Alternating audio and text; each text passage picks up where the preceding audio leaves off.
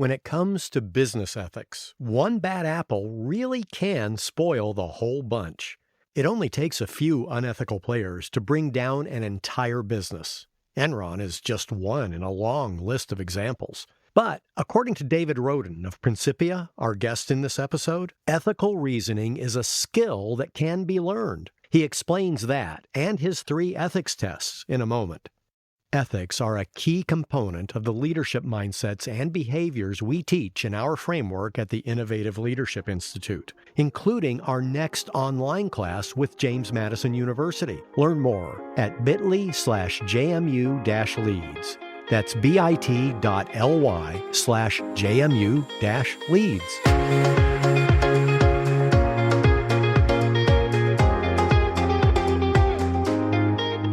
This is Innovating Leadership, Co-Creating Our Future. I'm your host, Maureen Metcalf, founder and CEO of the Innovative Leadership Institute, where we help leaders be future ready. Helping us in this mission today is David Rodin, founder and chair of Principia, the leading global advisory firm on organizational ethics. And we'll be talking about how leaders can strengthen their moral compass and work their way through thorny ethical issues. David, thank you very much for joining us. Such a pleasure to be here. Most of us think we know what ethics are, but let's start by level setting your definition. Ethics is a tricky word and it scares a lot of people, but in its most basic sense, it simply means the ability either of a person or an organization to do the right thing. The field that I spent a lot of my career working on at the University of Oxford is a part of moral philosophy, which is really exploring what that means to do the right thing, how we can understand that more clearly, and how we can work our way through some of these really, really difficult problems and questions. You've been at Oxford, which is one of the most prestigious universities. You also, early in your career, were working across militaries across the globe. How did those interconnect? That was actually my academic specialism, was the ethics of armed conflict and warfare. So through that, I did a lot of work with military commanders and armed forces really all over the world, in the UK, throughout Europe, and also in the US. It was interesting when I was starting my career in the early 2000s, it was obviously right after 9/11, and the kinds of wars that Western armies were fighting were very different to the wars that they had done for most of the 20th century. They were much messier. They were fighting irregular enemies like Al-Qaeda or ISIS. What I discovered is that a lot of these commanders who, were coming back from experiences in Iraq and Afghanistan were really hungry for tools about how they could make very concrete life and death decisions, decisions about who to target and in what circumstances lethal force can be used. They were really hungry for tools to think about that in a more concrete way. And so that kind of connection of ethics and the military was something that was very important to my career. You mentioned 9/11. I think of then how we thought about getting information from foreign combatants. What is ethical and what is effective? And that question evolved during that period of time. Yeah, absolutely. And I think when we, look back at that now, we really realize that there were a lot of actions that we took that stepped over a line, particularly around the use of practices that really, I think, ought to be and now are considered to be instances of torture or crossing over that line. But it's not always clear to a soldier, to a commander in the moment when you're in a situation of very, very high stress. So these kinds of tools of ethical reflection, moral reflection are really, really important. One might come on to the podcast thinking, well, we all know what ethical is. And yet you're pointing to over time, situations evolve, our ecosystem evolves, and we're facing conflicts and business issues, military issues, civil issues that weren't in play at other points in history. And I think of what's going on in Gaza and that there are tunnels now underneath civilian properties. That was probably a question prior military organizations weren't grappling with. So when I think about ethics, I think it's in many ways a lot like medicine. You can use a kind of medical analogy. So there's a part of ethics which is a bit like the kind of frontier medicine, genomic medicine or advanced neuroscience, where we're really pushing the boundaries and we're having to really discover what the right answers are. So in ethics, exactly as you say, questions around how do we deal with our operations in Gaza, or how would we deal with our operations in China if there were to be a war between Taiwan and China? How do we respond to evolving norms around gender, for example? How do we think about human rights in very difficult parts of the world, right? These are questions that are really tricky, and we have to find our way to a solution. issues around technology, right? So how to use AI in an ethical way. This is something we literally need to discover. So there's one part of ethics which is like that. It's like frontier medicine. There's another part which is much more like hygiene, right? To be healthy, you don't only need advanced medicine. You need to be able to exercise well, eat a healthy diet, brush your teeth. We know what to do. There's no mystery about that. The tricky thing is making sure that you do that stuff reliably every single day of the week. And there's a part of ethics which is like that, right? So if you're a leader in a large organization, tens of thousands, hundreds of thousands of employees, how do you get everyone in your organization lined up behind doing those basic things, treating colleagues with respect, acting with financial probity? No great mystery of what you have to do, but getting everyone in the organization lined up and ensuring consistency of delivery day in and day out across everything you do everywhere in the world, that's a really significant challenge. So it's helpful to think about, like, what's the frontier part of ethics where you really need to figure out a solution to something new, and what's the hygiene part where it's about really aligning the organization effectively around what we know we have to do. Different organizations may have very differing perspectives on what's allowed. Basic workplace civility. Some places, if you're not using profanity, you're not awake. And others, if you use profanity, you're just considered not very sophisticated. Those two organizations will have some ethics that are absolutely the same. You don't steal, you don't cheat clients, but how we treat each other may be slightly different in the workplace. One of the crucial things that we need to get straight is, what is the difference between actual ethics, so things that matter morally or ethically, and things that are really just differences in what we might call custom and behavior. Both of this we feel very action guiding, right? So, if you walk into one of those offices where everyone is cussing like crazy, you kind of feel a real pressure to do the same. So both of those are what a philosopher would call normative, right? They're action guiding. But there's a very, very big difference between, for example, an expectation that, like, in a bank, everybody wears a suit and a tie, and in a tech company, everyone wears a t-shirt, right? We feel the pressure to do that. But we don't think of that as a moral difference, right? We don't think that we're doing anything morally wrong if we're not conforming to the dress code. Whereas there is a deeper kind of question, which is, am I treating my colleagues with the appropriate kind of respect? Am I behaving in a way that is abusive or that is using power in an appropriate way? Those do start to become ethical or moral. So one of the big questions is, well, how do we know the difference, right? How do we know what kind of just a kind of a customary difference that doesn't really matter from a moral perspective versus something that really does? And there are three very, very basic tests that I think are incredibly useful, and they kind of reflect and draw from very significant bodies of philosophical thought around ethics. And I call those tests the good, the right, and the fitting. There are three things that will give you that sense for whether the difference is really about something that matters ethically or whether it is just an issue of custom. Let me just run super quickly through them. So the test about the good is a decision to act in one way or another, will it have an impact on people's happiness and welfare generally? So morally good actions, ethically good actions, are ones that create more benefits for more people, and bad actions are one that creates harms and risks for other people, right? No great mystery around that. If you have an action that is, making somebody feel hurt or wounded or causing them distress, that's starting to trigger an ethical question. Second test is it right? So is there a duty or an obligation that we owe to anyone? Could be a promise that we've made to someone, could be a contract, could be something much more fundamental like a human right? So are we doing something that might actually impinge on or infringe somebody's basic human rights? That also tells you that there's something ethical, moral at play. And the final test is around the fitting. So the idea of the fitting is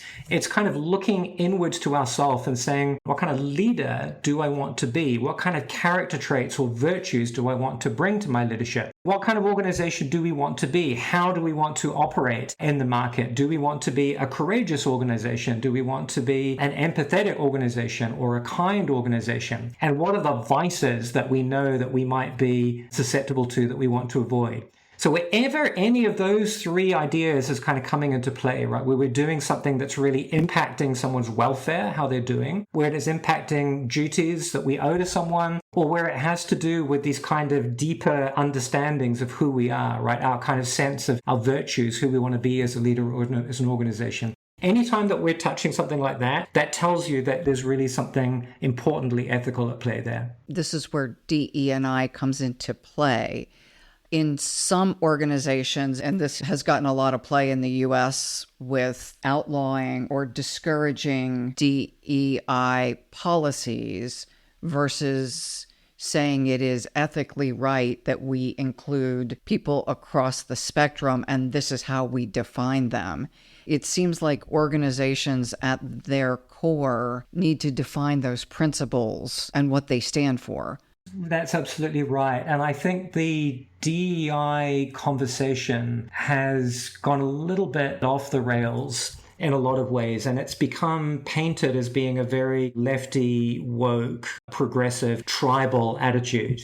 When I think about this as a moral philosopher, the questions that I want to be asking about this is, well, what's our starting point when we think about setting up a DEI program? Our starting point is that we want to be fair and equitable to all of our people, and we want to create fair and just opportunities for all of our people. That's a very, very basic fundamental idea, right? That's not just a kind of wokey progressive idea. That's also an idea that conservatives, I think, can very much get behind.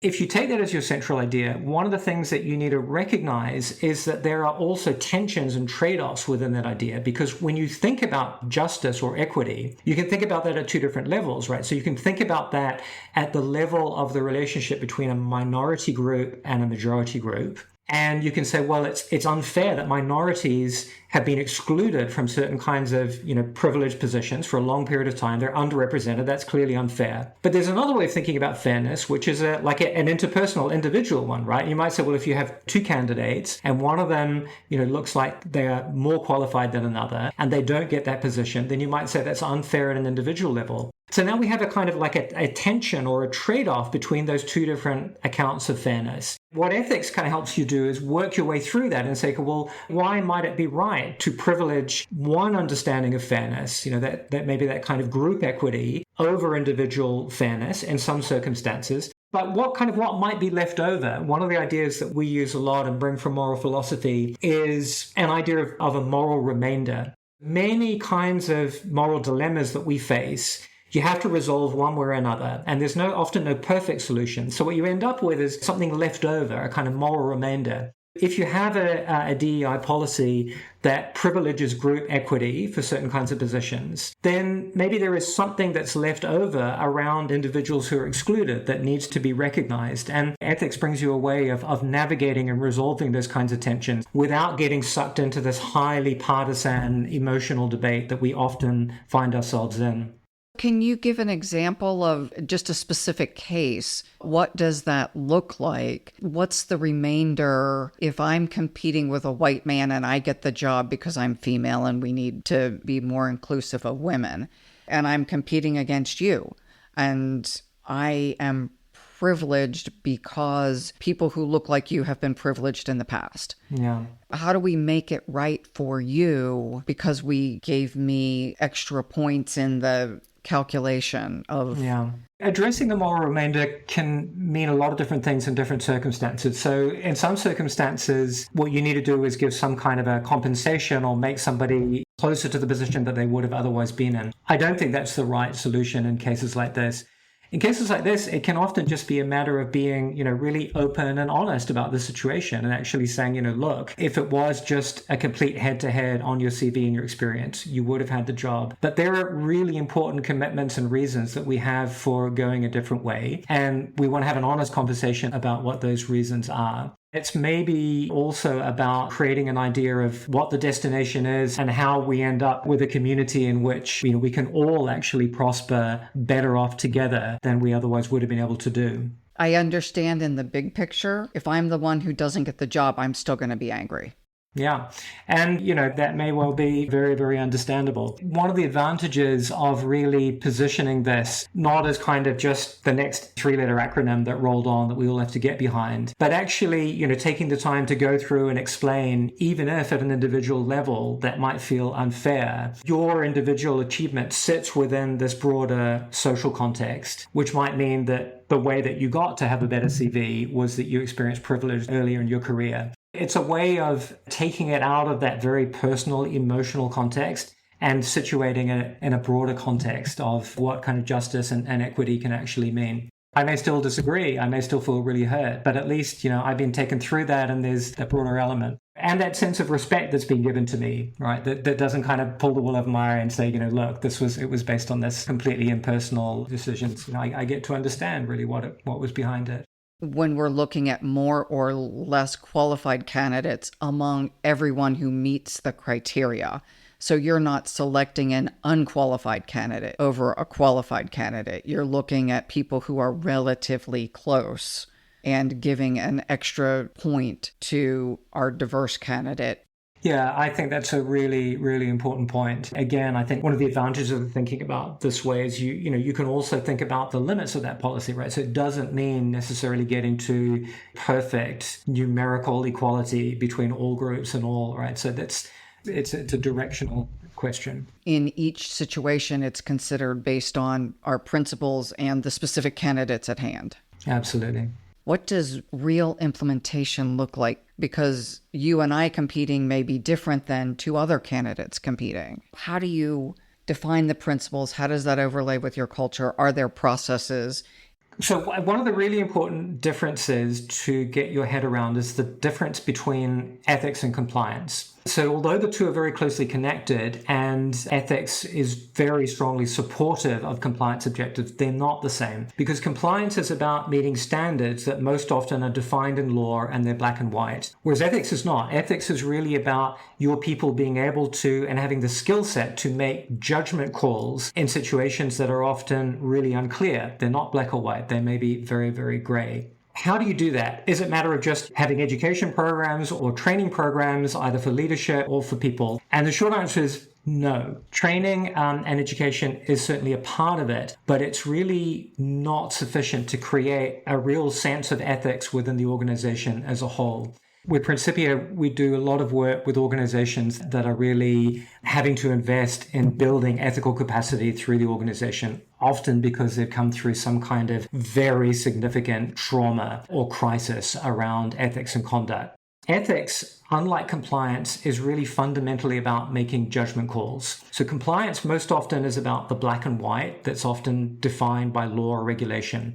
Ethics is about making good decisions in those situations that may not be black or white. They may be gray or ambiguous. Second point I think I would make is that that's a skill or capacity that you need right the way through the organization. Obviously, you need it amongst your leadership, the board, the leadership team, but you also need it as you go down through the organization as well. So there's a very nice concept that the military has had for many years, which I think is also very relevant to business, which is the idea of the Strategic Corporal. So the idea is that in the kinds of conflicts that Western militaries are increasingly fighting now, these complex counterinsurgency situations, very, very junior personnel can be taking decisions that can have strategic consequences. In a situation where everything is reported, if they choose to target a building that turns out to have civilians in it, right, that can have a strategic level impact on the campaign. Same is true in many businesses. Even very junior people within your business can take decisions that can have very significant positive or negative impacts if they make those calls incorrectly. So you're faced really with the challenge of how do you create that capacity right the way through an organization. A lot of leaders will go immediately to training or education, and that is absolutely a piece of it. Ethics really goes hand in hand with culture. You can't do ethics well or really operate as a responsible business without creating a culture that will support the kinds of values and the kinds of ethical commitments that you want to undertake. Really understanding how to build and manage a culture of ethics within an organization, that's really at the core of what we do, and it's really at the core of what I think leading for ethics is about. We've learned a lot about how to do that. The short answer is it's complex and it's tricky, and it involves really working with every piece of the organization. So again, if you think that you can set up what's often called the other CEO office, so the chief ethics office, and kind of give them the mandate to create an ethical company and think that it's just going to sit within that function, I think that's a real fantasy. You have to be looking at what your leadership is doing. You have to be looking at what's happening in HR. You have to be looking at how that interacts with risk and compliance. And then, of course, how you are really setting up your frontline managers, your frontline people to be really engaging and carrying these ideas forward. So it really is a kind of whole org challenge. That sounds like then I need systems, I need processes. Almost it flows down all the way to the performance appraisal, that my performance criteria include ethics. It absolutely does. And, we sometimes say to our clients that ethics is a little bit like digital or AI in the sense that, if you think you're doing digital well or AI well, and it's sitting only within your CTO office, you're probably not doing it properly at all because it needs to be sitting in every part of your organization. So it absolutely needs to be driven down into processes, and appraisals and progression is a really great example of that.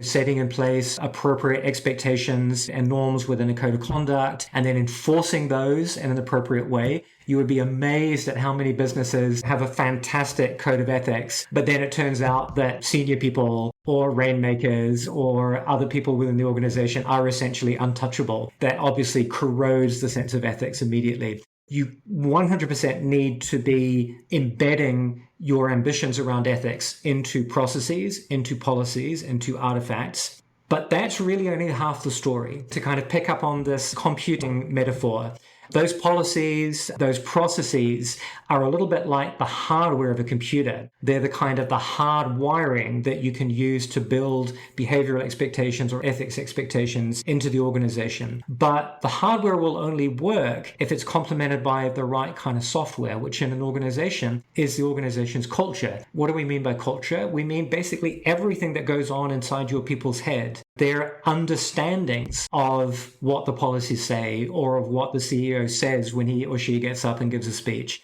Their values and their norms, their sense for who is really respected and lauded as a successful professional within the organization. All of those things going on in your people's head that makes up the culture, that has to be interfacing in the right way with the policies and processes. Just like in a computer, you can have the fastest processor you like, but if you're running the wrong software on it, it's not going to take you anywhere good. How do you help people actually build that sense of ethics? Because it sounds like this is a skill or a habit that I can learn. So when I'm in an existential situation, the right answer for my organization is relatively clear. Again, I think there are two critical parts to this. So one is understanding some of the tools of ethical decision making that we have from moral philosophy and ethics. So those three ideas that I mentioned earlier, the good, the right, and the fitting, each of those we can use as decision-making frameworks for understanding what might be the right answer to a really difficult dilemma and what might be the wrong answer.